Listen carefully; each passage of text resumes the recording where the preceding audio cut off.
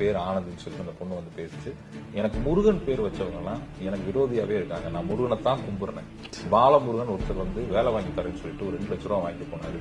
முருகன்னே பேர் வச்சவர் எனக்கு பாலியல் தொந்தரவுகள் அதிகமா கொடுத்து எனக்கு டார்ச்சர் பண்ணிட்டு இருக்காரு. எனக்கு அப்பா அம்மாவும் கிடையாது.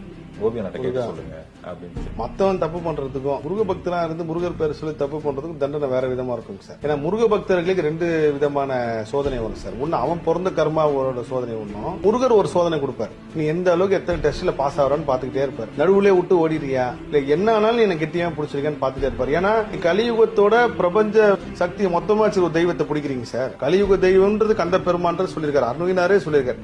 அப்படி இருக்கும்போது ஒரு பெண்ணோட கண்ணீர் இருக்குல்ல சார், அந்த கண்ணீர் அது காரணம் யாராக இருந்தாலும் அவங்க இந்த ஜென்மத்தில் இல்லைங்க சார். அதிகபட்சம் ஒரு 10 நாள், 1 மாசம், 40 நாள் அதுக்குள்ளே அனுபவிப்பாங்க. இன்னொன்னு இந்த முருகர் பேரை வச்சு இவங்க தப்பு பண்றதுனால நான் வேண்டிக்கிறேங்க சார், கண்டிப்பா இவங்க யாரெல்லாம் உங்களை துன்புறுத்துறாங்களோ அவங்களுக்கு தக்க தண்டனை கொடுக்கும். அதே அம்மா வந்து உங்ககிட்ட வந்து பாப்பாங்க, சார் அவங்க இந்த மாதிரி ஆயிடுச்சு, இந்த மாதிரி நடந்திருக்குன்னு சொல்லுவாங்க. இதை நம்ம சாட்சியா சொல்லுவோம். அம்மா ஆனந்தி அம்மா நீங்க கவலைப்படாதீங்க, வடப்பள்ளி முருகர் இருக்காரு, அவர் முன்னாடி போய் இந்த விஷயத்த சொல்லுங்க.